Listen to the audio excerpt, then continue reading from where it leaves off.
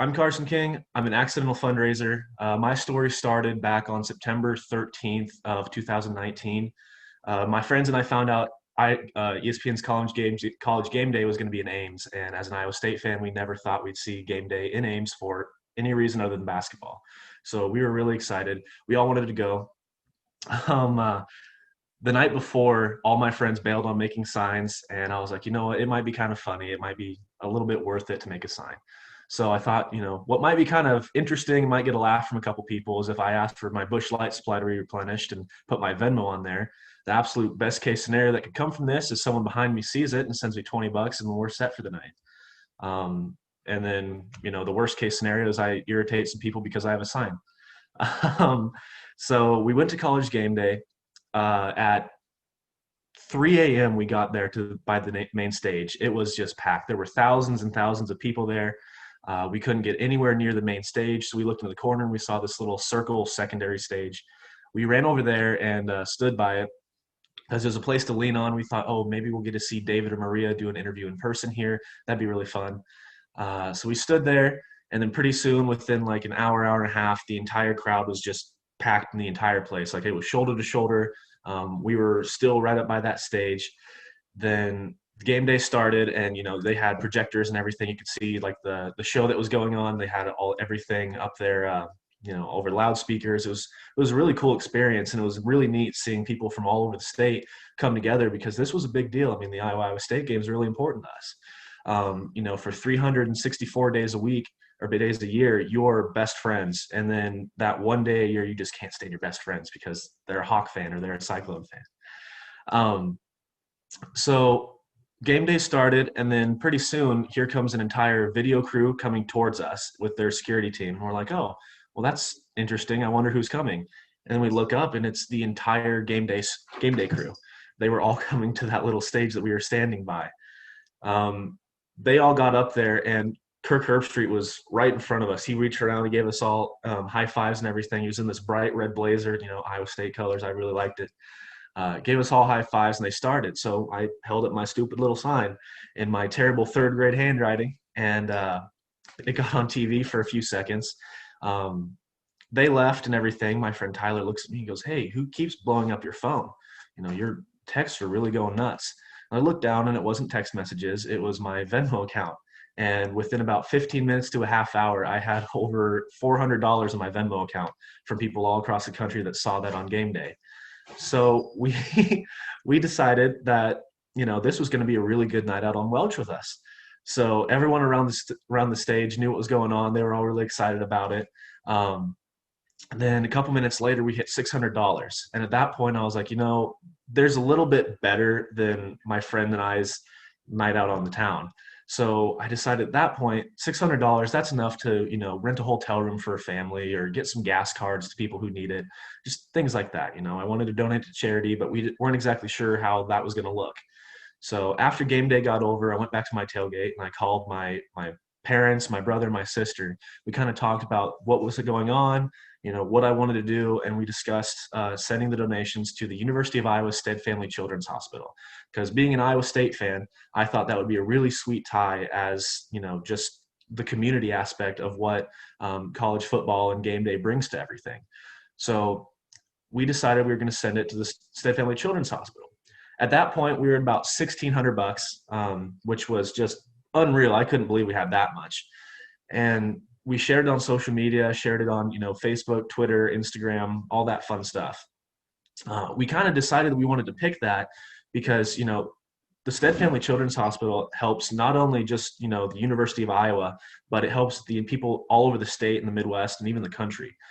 There's a stat that came out not too long ago that their NICU program, they're able to save 70% of babies born at 22 to 28 weeks gestation, which is the size of a pop can. 70% of those kids they're able to save. The rest of the country, that percentage is at 9%. So that's a huge difference. They're making incredible steps to save lives. And then their cancer treatment centers, just the level of, education and experience their staff has, it's all completely unreal. It's a really sweet thing to watch. So that following Sunday, I got a call from our first radio station. It was one of the local Des Moines stations. It was like going to be at like 5 a.m. They wanted to have me on there and kind of talk about the fundraiser and what was going on and all that fun stuff. So we went to, I sat in my car, so it was quiet, and I did the interview. And I don't know who was listening, but pretty soon, within about an hour after that, I had calls from all over the country that wanted me to have come on their radio shows. I had it from Anchorage, Alaska, Orlando, Florida, Chicago, San Diego, New York, all over the country. It was incredibly weird. And then pretty soon I started getting Facebook messages and Twitter messages and Instagram messages from people from outside the country. I had messages from people from the Philippines, from Brazil, from Australia. It got pretty popular in Australia, which I thought was, insane. It was very interesting.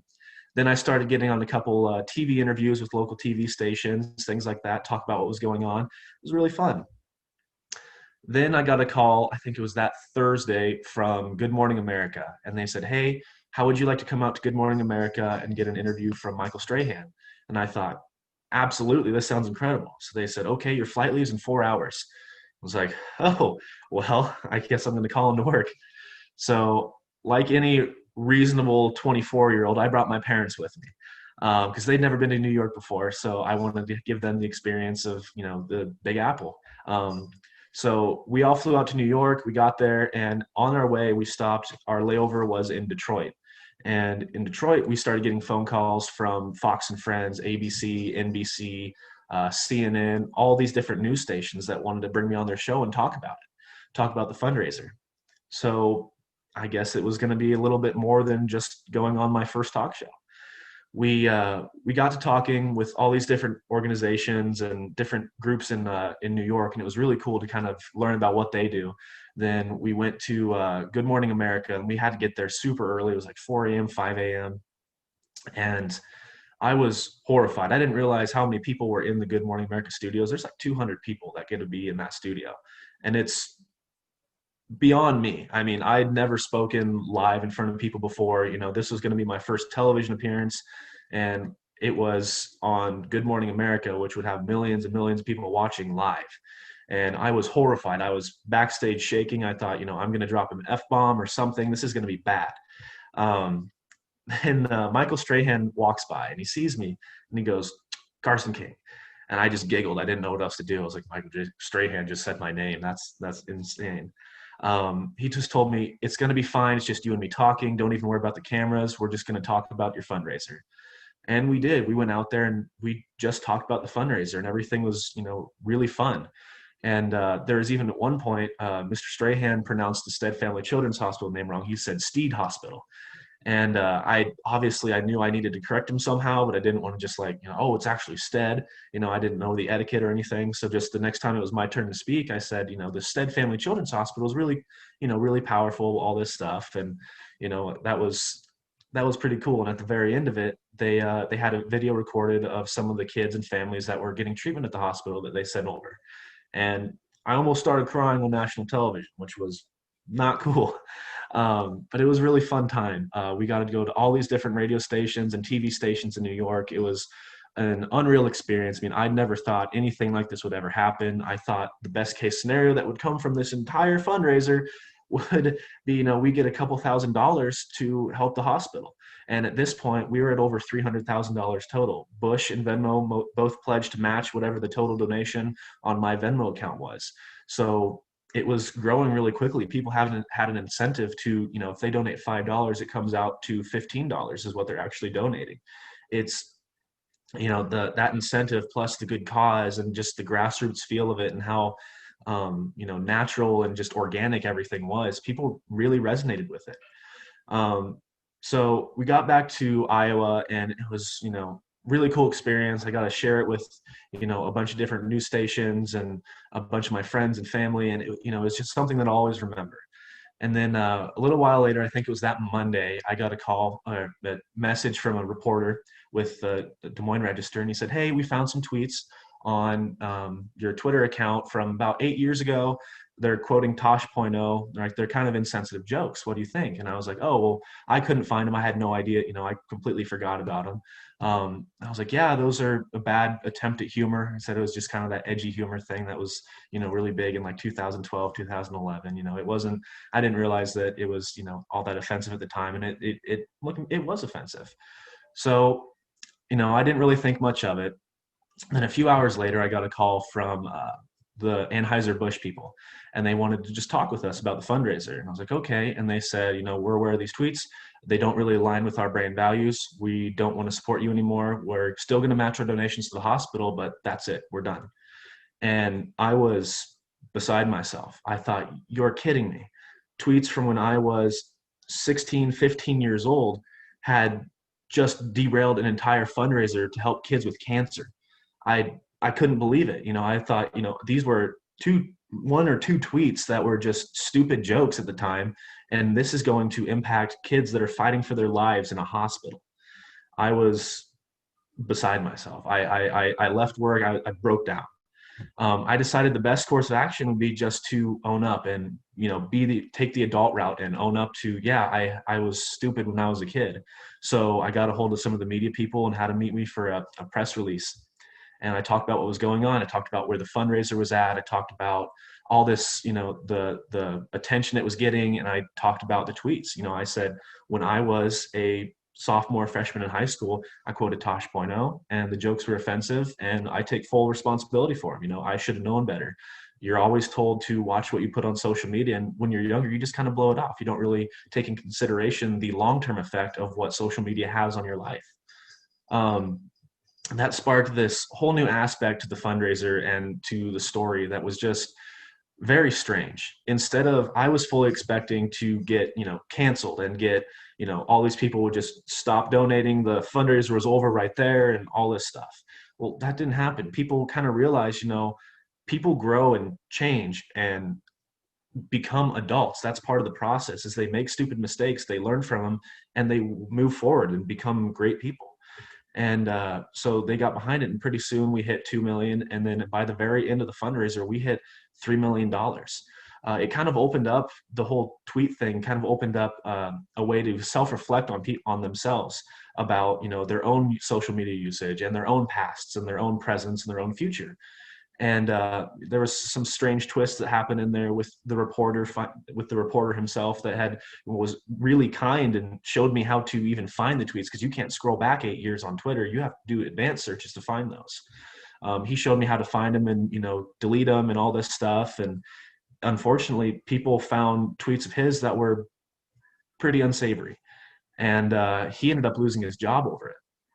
It was just, it just really makes you think about the power social media has, and how positive social media can be. And it's a great tool for businesses and, organizations and marketing, but it's also, a very fine line you walk between making everything you do very public and very private. The day of the donation rolls around, October 11th. And we went to Iowa City and we got a tour of the hospital. It was really fun. At that point, we had over $3 million in total.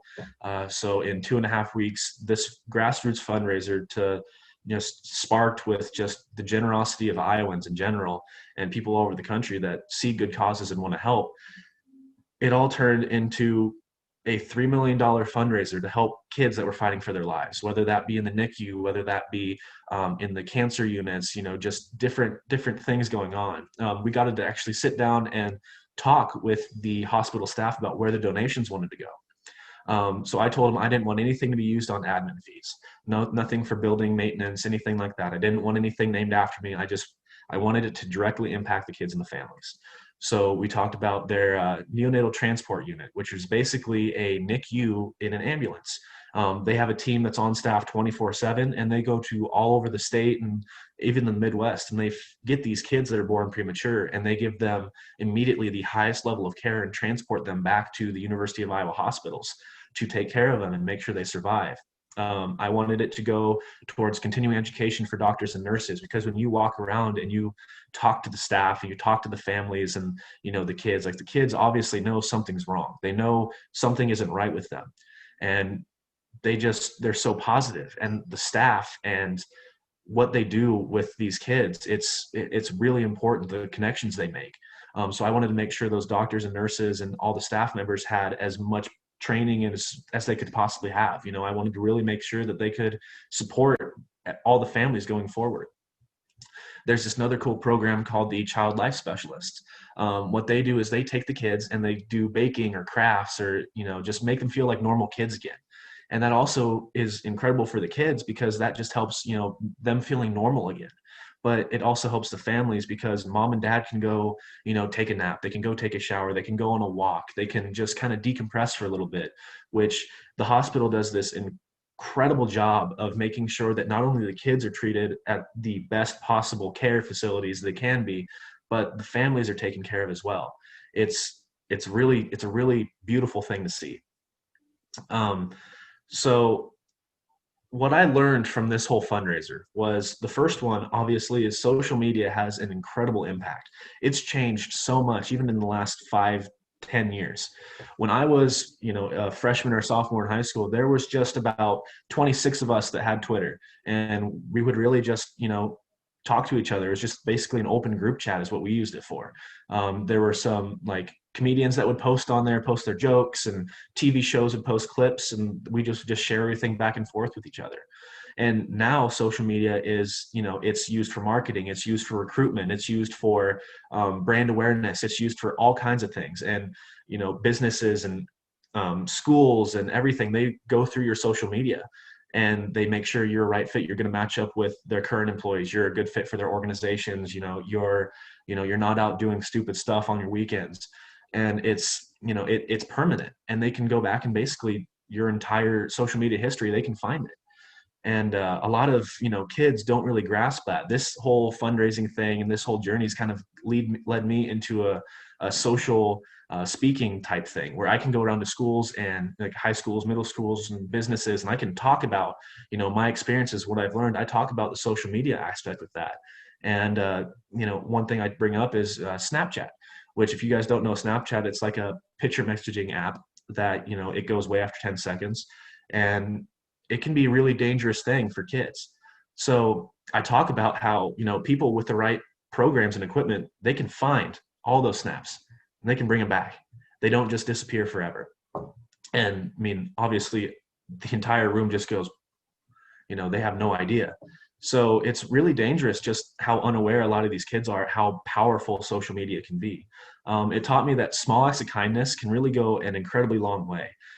Mine was just, thinking, oh, a couple $100s might be able to help a family. It doesn't have to be financial. It can spark to millions and millions of people supporting. I think our fundraiser had over 35,000 people donate, anywhere from 5 cents to like $1,900 through Venmo.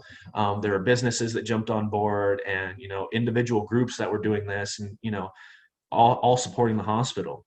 It could start as small as just smiling at someone when they come in the building. If you pick up and you are positive throughout your day, it spreads. It's really, kind of a butterfly effect. If you're happy, people around you generally tend to be happy. If you come in with a smile on your face, that helps everyone else too.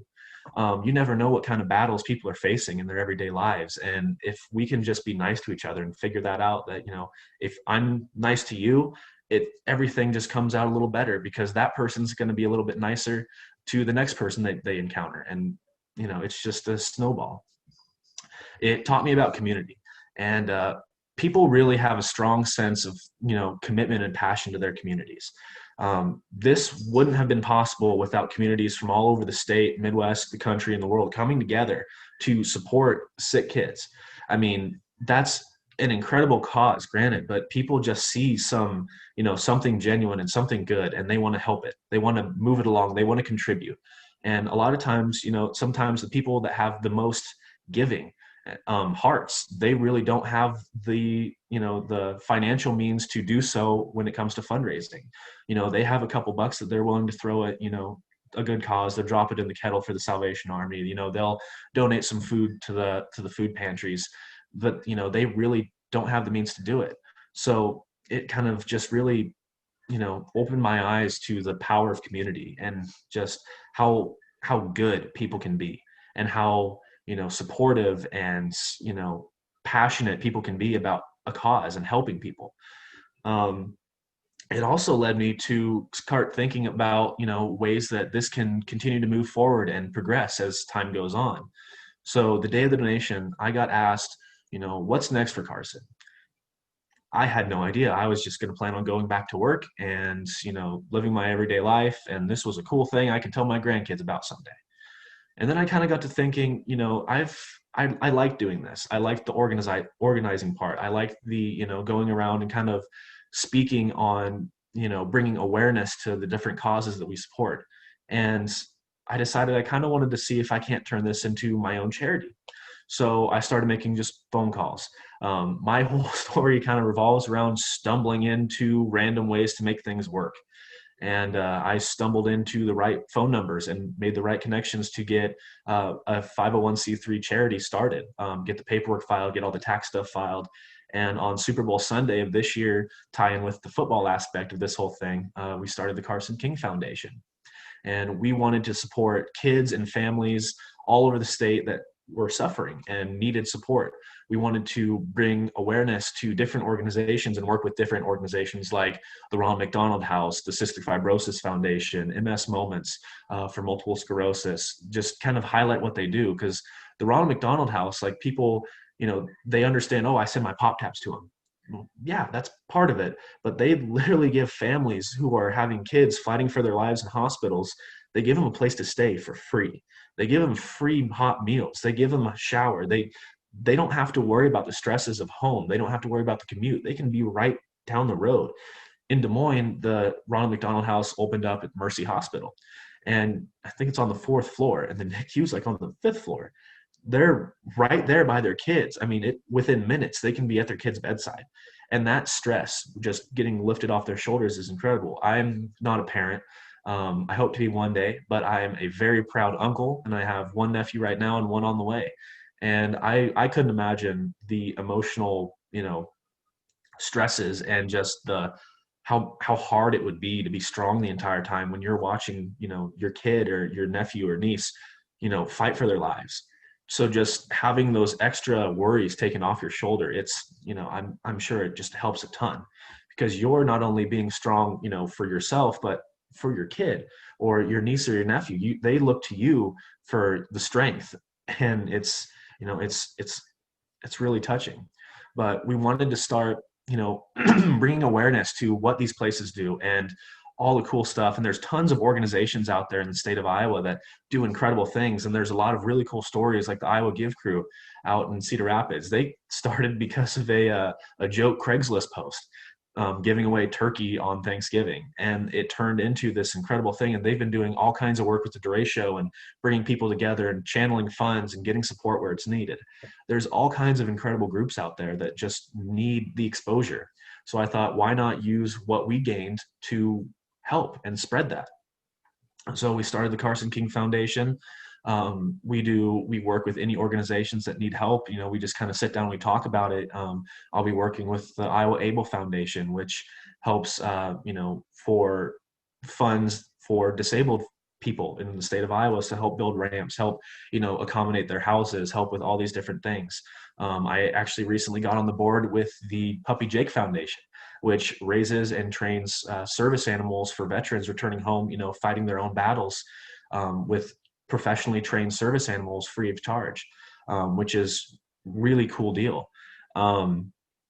We started to basically just be a see a need, fill a need foundation. I mean, this was the worst year to start a nonprofit, if I'm completely honest with you, because you can't do in-person events, you can't do anything. You have to get really creative and think of all these different ideas to be able to fundraise.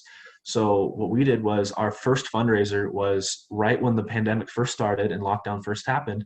We kind of realized that, there's a lot of people that don't have their physical outlets. They don't have any type of outlet for their own mental health. They can't go talk with their friends, just go on walks in the parks and everything. They have to kind of just, isolate. And it's, I'm sure that's incredibly hard on your mental health. So we worked with Iowa Love, which is based out of Waterloo. My friend William owns that company. We worked with them on a Carson King Foundation edition Iowa Love shirt. And those shirts were able to raise $40,000 in that first campaign,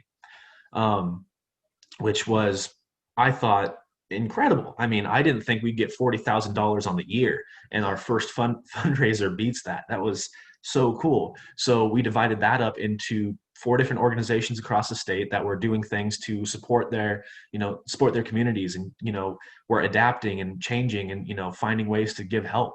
So we sent to the Waubonsee Mental Health Resource Center in Clarinda, Iowa, which is actually where I was born.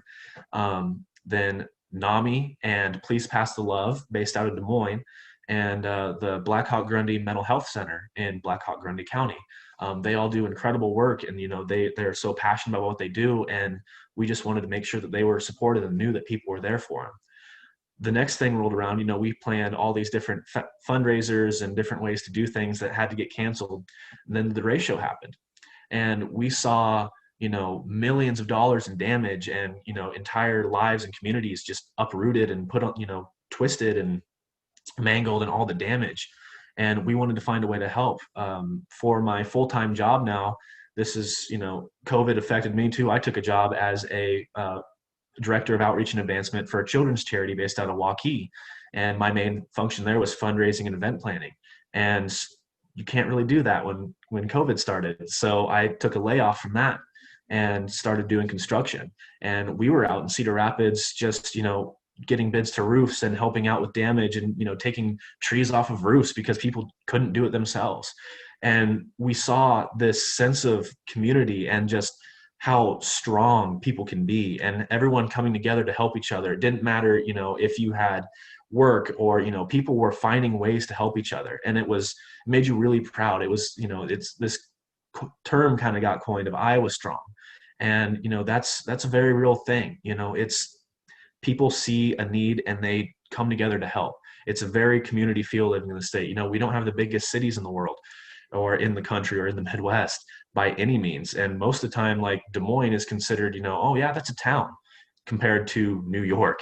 And, all the small towns, they all come together to support each other. And they were all sending, physically sending. They were sending to food banks. There were all kinds of businesses like Willie Ray's Barbecue. He was giving free meals in Cedar Rapids to families that needed it.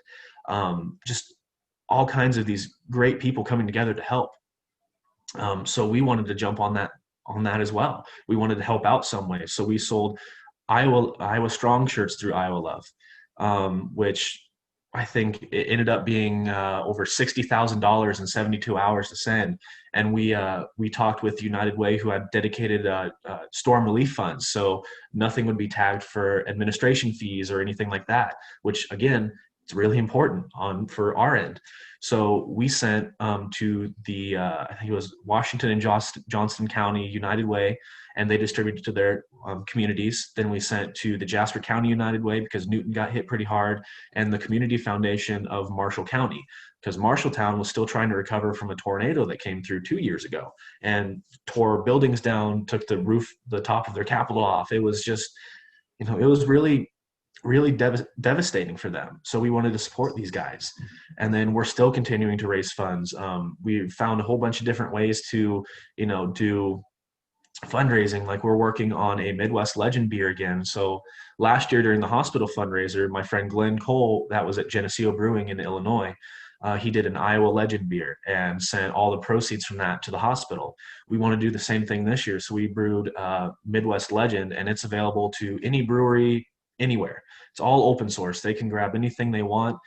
There's all kinds of different label art that photographers around the state were sending into, and, putting their own images on things, and, to really make it a community effort. And $1 from every pint sold is going to storm relief.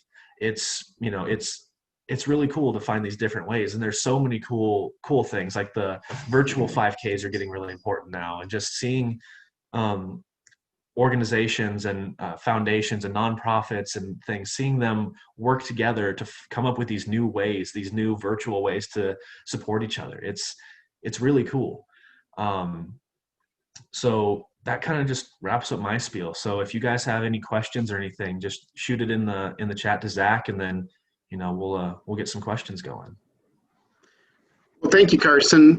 It's an incredible story, and to think of the timeline in which you've worked, it's amazing to think that we're just 1 year out. And I'm curious, as we wait for questions to come in, and I encourage folks to submit, Had you been to the Stead Family Children's Hospital prior to deciding that they would be the recipient? Had you ever been? How has No, that relationship grown? I'd never been there before. I'd always heard of it, and obviously the Iowa Wave is a huge thing. I mean, if you guys aren't familiar with that, the Stead Family Children's Hospital overlooks Kinnick Stadium, and at the end of the first quarter, everyone in the entire stadium turns to the Children's Hospital and waves. And for a few minutes, those kids, they're in the spotlight. It's all about them, and they're seeing all this support. Um, I had never been to this children's hospital. I'd only been to Kinnick Stadium a couple times, and I think the first time I went, I'm not even sure if this children's hospital was built yet. Um, but yeah, we got to go. We got to go tour the hospital. Miss Ferentz took us on the tour, and we got to go, floor to floor and meet some of the families and the children and the staff. And they're just the relationships they build are so strong. I mean, there's kids that have been, they've recovered from whatever's been happening with them, and they're, on down the road, and they still check in with their nurses and their doctors, and they still send letters, and they come in and they have all kinds of these different organizations and groups that still help. Like they have kind of like an advisory board from the kids' perspective themselves. A young man named Christopher, he was on that, and he set up a bunch of different things and was helping out with that. And it's really cool to see just how passionate they are about this hospital. And I mean, it's for good reason. The entire design of it is for care and for comfort and accessibility for everyone. It's it's really touching to see all this. And then going down the road, like it's the more and more you talk with the different families, you find out more and more people that have been treated at this hospital, and you don't even realize it. It makes such a big impact in our state and in the Midwest that it's cool. Absolutely. So we've had a few questions come in. The most recent, can you repeat the brewery and the beer that's being used to raise funds for storm relief? Yeah, so it started with Glenn, who was at Geneseo Brewing Company. He moved to Midwest Ale Works, and they launched an open source fundraiser. That's in Illinois, but there are ones like Twin Span in Bettendorf is doing it. There's a bunch of different breweries that can do it. Anyone's open to do it. All they have to do is go to midwestaleworks.com/fundraiser, and the entire breakdown's there. The recipes there, the marketing tools are there, and as long as they send $1 from every pint sold to my foundation, they're more than welcome to put their own spin on it. I think Geneseo is doing like a pumpkin spice beer to put a spin on it. There's Twin Span. They're doing everything's growing in Iowa. All of their products that are being put into this beer are grown locally in Iowa. So it's really, it's a cool tie. But that one is Midwest Ale Works. Their website, midwestaleworks.com/fundraiser, has all the information on it. So you've talked about kind of stumbling into things, being an accidental fundraiser. Obviously, running a foundation is different than that. How are you learning how to do that? Who are your mentors? Have you connected with folks along the way? Kind of how are you learning kind of this not accidental, but to keep that momentum going? I've been really fortunate where I can go around and I can, meet with people that, work for, our directors and, CEOs of these different organizations and foundations and nonprofits. And basically, anytime I talk to them, I kind of, base what we're doing and look at the strong points of them and be like, we can do that. I wanted to keep it very small. We don't have any staff members or anything. It's 4 board members, and it's all volunteer. No one gets a payroll. We wanted to impact directly. So we're small enough where we can kind of fumble around a little bit, and we just make sure that all the financials are taken care of, the marketing is taken care of, and we find good causes and just kind of, take baby steps, because we would like to grow to an organization that, within, 5-10 years that can, be a supporter of multiple organizations just on the drop of a hat. We don't have to do, see a need, fill a need fundraisers. We can build up a savings and, give support to families and kids, and we can, provide a service ourselves instead of just supporting those that do. You can learn a lot from a lot of different people. And just by talking and just making phone calls, and I've done a lot of Zoom meetings with different directors about how they function and, the do's and don'ts when you're starting. And There's a lot of really cool tools out there that, can help. And as long as you take the right steps and build the right foundations for a foundation, it's actually not that difficult. Now, have you put together requirements to work with different nonprofits, and have you had to say no to organizations that have reached out yet? Yeah. So obviously, like I said, I'm not big into administration fees. We are completely volunteer, and I understand that, there are a lot of huge organizations that do a lot of good that do have decent sized administration fees. I understand it. I just don't like it myself. So there's organizations that most likely I would not work with unless they have dedicated, earmarked funds that wouldn't be used for, paying their CEOs and paying their staff members and all this stuff. It would just be directly used to provide services. It hasn't really come up all that often yet. There are a couple that I'm kind of leery about. I'd like to learn a lot more about before I would just, give support to them right away. Just like, anytime you donate to any charity or any, nonprofit organization, you want to do your research on it just to be safe, but yeah, there's a couple that I'm kind of, I'd shy away from a little bit until I learned more and, would have, a dedicated earmarked fund section for them. Cool. Well, Carson, I appreciate you taking time this morning and for the work that you've done representing Iowa and for the Stead Family Children's Hospital and all the work that you continue to do. So thank you for taking time.